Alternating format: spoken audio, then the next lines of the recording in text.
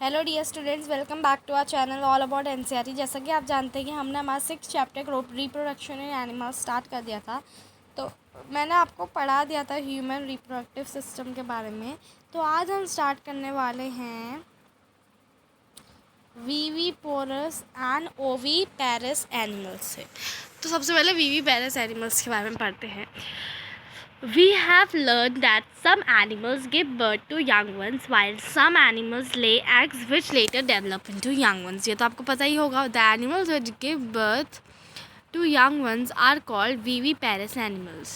जो बताऊँ, एक दो टाइप के एनिमल्स होते हैं डियर स्टूडेंट्स, है ना. आपको पता ही होगा. एक एनिमल्स वो होते हैं जो बर्थ देते हैं और एक एनिमल्स वो होते हैं जो एग्स ले डाउन करते हैं, वो भी बाद में डेवलप होके न्यू यंग वंस बन जाते हैं. तो जो बर्थ देते हैं वो वाले एनिमल्स को हम विविपेरस एनिमल्स कहते हैं और जो एनिमल्स एग्स ले करते हैं उनको हम ओविपेरस एनिमल्स कहते हैं.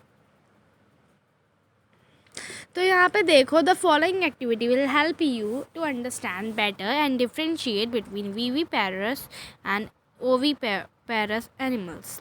तो try to observe eggs of the following animals: frog, lizard, butterfly और मॉथ. ठीक है, hen और and cow or any other bird. Were you able to observe eggs of all of them? Make the drawing of eggs that you have observed. ठीक है, तो ये तो आपको करना है यार, ये एक्टिविटी थी. ठीक है डियर स्टूडेंट्स. अब देखो, the eggs of few animals are easy to observe because of their moths lay them outside their bodies. These are examples of oviparous animals. जिनके एग्स जो हैं ले होते हैं उनको हम oviparous animals कहते हैं dear students. But you will not be able to collect the eggs of dog, cow और cat. लेकिन आप डॉग, काउ और कैट के एग्स ना कलेक्ट नहीं कर पा रहे होगे. बताओ क्यों? क्योंकि वो कौन से एनिमल्स हैं? वो आपके viviparous animals हैं, right. These are the examples of viviparous animals. Can you now give some more example of viviparous and oviparous animals? ठीक है डियर स्टूडेंट. ओविपोरस का तो एक फ्रॉग हो गया एंड ओविपोरस का तो डियर स्टूडेंट्स आपके स्नेक हो गए, आपकी बर्ड्स हो गई. वहीं पे आपके विविपोरस में आपके human beings, cat, dog, cows, ये सब हो गए. Young ones to adults, the new individuals which are born or hatch from eggs continue to grow till they become adults. In some animals, the young ones may look very different from adults. The life cycle of frog is shown in figure 6.10. तो 6.10 में देखो आपको यहाँ पे दिया है. पहले क्या होता है, एग्स ले होते हैं, उसके बाद अर्ली टैडपोल बनता है, उसके बाद लेट टैडपोल और फिर लास्ट में एडल्ट फ्रॉग बनता है डियर स्टूडेंट्स. तो अब यहाँ पे देखो, observe the different stages of frog starting from eggs to adult age. We find that there are 3 distinct stages: egg, tadpole, larva, then adult. Don't the tadpoles look so different from the adult? क्या आपको नहीं लगता कि tadpoles बहुत ज़्यादा different दिखते हैं, है ना? Can you imagine that these tadpoles will someday become frogs?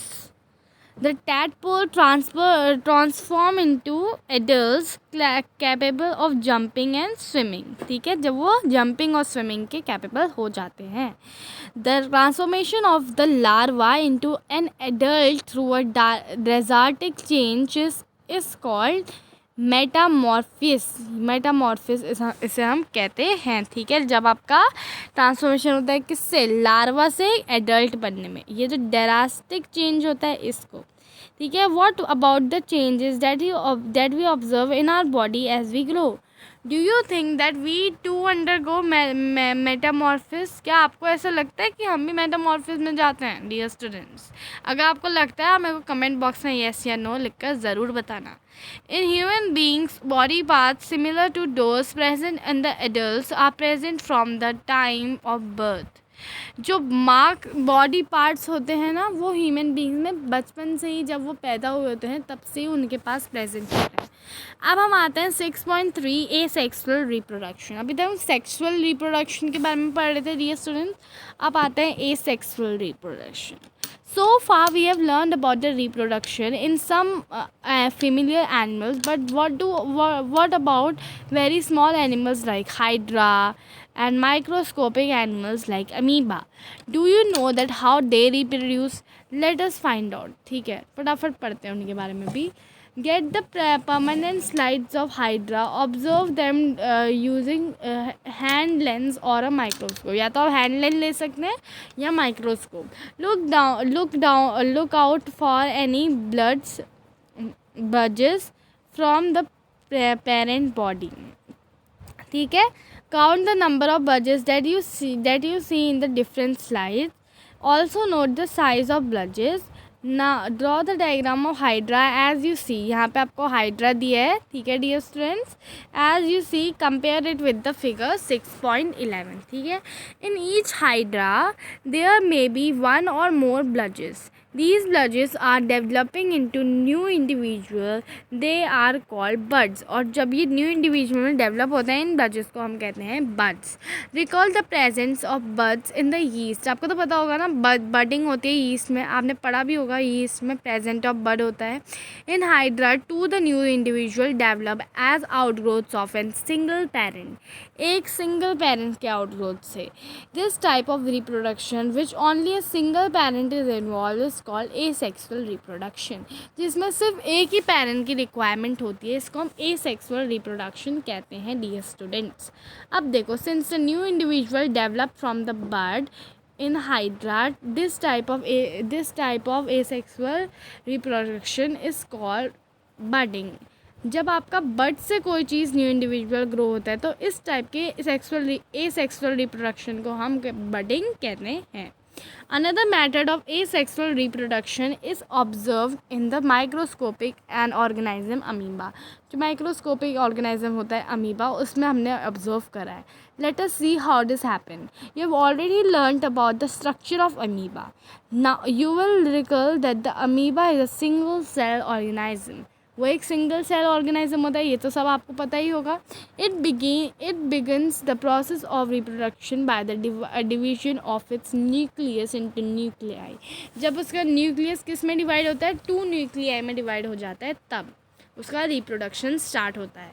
This is followed by the division of its body into 2 each part receiving the nucleus. ठीक है, उसके 2 पार्ट न्यूक्लियस को रिसीव करते हैं. Finally 2 amoeba are produce from 1 parent amoeba. और उसके बाद 2 amoeba produce होती हैं एक पेरेंट एमीबा से. ठीक है dear student. This type of asexual reproduction in which the animal produces by dividing into 2 individual is called binary fission. जब आपका रिप्रोडक्शन होता है जिसमें एनिमल रिप्रोड्यूस करता है, जिसमें वो 2 पार्ट्स में डिवाइड हो जाता है, 2 इंडिविजुअल में डिवाइड हो जाता है, तो उसको हम बाइनरी फ्यूजन कहते हैं. ठीक है dear student. Apart from budding and binary fusion there are other method by which the single parent reproduce young ones. You will study about these in your higher classes. इसके बारे में आप higher classes में पढ़ेंगे 10th 9th में. ठीक है dear student. Story of Dolly and clone. तो यहाँ पे आपको एक स्टोरी दी है, फटाफट ये पढ़ते हैं. ठीक है dear student. Cloning is the production of an exact copy of cell, any other living part or the complete organisms.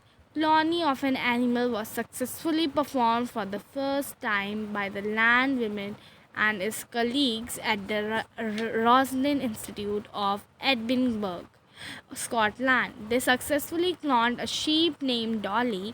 Dolly was born on 5th July 1996 and was first mammal to be cloned. Next है हमारा. During the process of cloning Dolly, a cell was collected from the mammary gland of a female Dorset sheep. Simultaneously, an egg was obtained from the Scottish bag Eve. The nucleus was removed from the egg. Then the nucleus of the mammary gland cell of the Dorset sheep was inserted into the egg of Scottish bag Eve, whose nucleus had been removed. The egg thus produced was implanted into the Scottish back surface. Eve, development of egg followed normally, and finally Dolly was born. Though identically to Finn Dorset sheep, from which the nucleus was taken, since the nucleus from the egg of the Scottish back was removed, Dolly did not show any character of Scottish back face. Eve, Dolly was healthy clone, and the fiend Dorset sheep produced several offsprings of her own through the normal sexual means. Unfortunately, Dolly died on 14th February 2003 due to the certain lung disease. Since Dolly, several attempts has been made to produce cloned mammals. However, many die before birth or die soon after birth. The cloned animals are many a time found to be born with severe abnormalities. तो क्या हुआ dear students, एक डॉली थी, यहाँ पे आपकी दो ships हैं, स्कॉटिश बैक ईव और क्वीन एस्टी। तो इन दोनों ने सेक्सुअली रिप्रोड्यूस करने की कोशिश की थी। तो क्या हुआ था, जो जब एक एग मिला था इनके एग में, तो उससे न्यूक्लियस निकाल दिया गया था। तो डॉली में कैरेक्टरिस्टिक सिर्फ फिन डोजेज शीप की आई थी। और कहीं ना कहीं जब एक ही का न्यूक्लियस होता है एग के अंदर, तो कहीं ना कहीं जो आपका बच्चा होता है वो अब नॉर्मलिटीज़ के साथ पैदा होता है, यानी कि उसमें बहुत सारी बीमारियां पहले से ही होती हैं, जिसकी वजह से लंग डिजीज़ की वजह से आपकी डॉली की डेथ हो गई। This is a very interesting story dear students, you have to read it. Okay dear students, अब देखो हम लोग यहाँ पे कीवर्ड्स भी आ गए हैं बहुत सारे, तो फटाफट कीवर्ड्स पढ़ लेते हैं, फिर चैप्टर के क्वेश्चन आंसर्स भी पढ़ेंगे डियर स्टूडेंट्स, ठीक है। वो अगले वीडियो में आएंगे क्वेश्चन आंसर्स, अभी हम कीवर्ड्स पढ़ लेते हैं। Asexual reproduction dear students, तो ए सेक्शुअल रिप्रोडक्शन की डेफिनेशन तो यहीं पे है। This type of reproduction in which only the single parent is involve is called asexual reproduction. Now see dear student, next is binary fission. तो binary fission देखो इधर ही दिया है, that this type of asexual reproduction in which an animal reproduces by dividing into two individuals called binary fission. Then budding, dear students, budding is also given. Since new individuals develop from the buds in the hydra, this type of asexual reproduction is called budding. Now see, budding also we have done. Now next is eggs. So what are the eggs, dear students? Eggs are a certain thing in which the new individual develop into an embryo. उसके बाद embryo, what is the embryo dear students? embryo के लिए मेरे को पीछे जाना पड़ेगा थोड़ा। Okay, the cells then begin to form the group that develop into a different tissues and organs of the body. This developing structure is termed as embryo. इधर तक आपको लिखना है, ठीक है dear students। Next is external fertilisation dear student, इसके थोड़ा और आगे जाना पड़ेगा। आई थिंक यहाँ पे मेरे को मिल जाएगा एक्सटर्नल फर्टिलाइजेशन। वैसे मेरे को पता है डियर स्टूडेंट, लेकिन मैं आपको बता रही हूँ कैसे आपको फॉर्मेट में लिखना है। Fertilisation that takes place inside the female body is called internal fertilisation. इधर से इंटरनल फर्टिलाइजेशन की डेफिनेशन मिल गई और इधर से एक्सटर्नल की भी मिल जाएगी। तो देखो डियर स्टूडेंट, यहाँ पे आपको दिया है एक्सटर्नल फर्टिलाइजेशन की डेफिनेशन। यहाँ पे देखो, this type of fertilisation in which the fusion of male and female gametes take place outside the body of female is called external fertilisation. External fertilisation की डेफिनेशन भी मिल गई। अब आ जाओ यहाँ पे, नेक्स्ट कीवर्ड कौन सा है? Fertilisation. Fertilization means the fusion of male and female gamete is called fertilization. Then we have fetus. Fetus क्या होता है डियर स्टूडेंट, आपको याद होगा, वैसे मेरे को भी याद है लेकिन मैं बताऊंगी नहीं, मेरे को प्रॉपर डेफिनेशन चाहिए ना fetus की, तो इसलिए मैं आपको यहाँ पे ले जा रही हूँ पीछे। या the stage of the embryo in which all the body parts can be identified is called fetus. Now see next dear students. Next keyword is internal fertilization, already told. Then metamorphosis. अब यहाँ पे देखो, the transformation of the larva into the adult through the drastic changes is called metamorphosis. Now next keyword is Oviparous animals, of the animals which lay eggs to develop into a new individual, is called oviparous animals. Now see dear student, next is